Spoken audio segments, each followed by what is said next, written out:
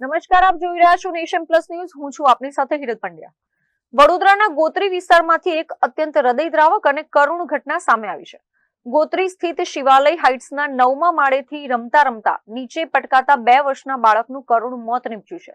આ ઘટનાને પગલે પરિવારજનોમાં ભારે આક્રંદ છવાઈ ગયો છે. ગોત્રી વિસ્તારમાં આવેલી શિવાલય હાઇટ્સના 9મા માળે રહેતા પરિવારનો 2 વર્ષનો અંશ મૌર્ય નામનો માસૂમ બાળક ઘર પાસે રમી રહ્યો હતો. રમતા રમતા અચાનક બાળક 9મા માળેથી નીચે પટકાયો હતો.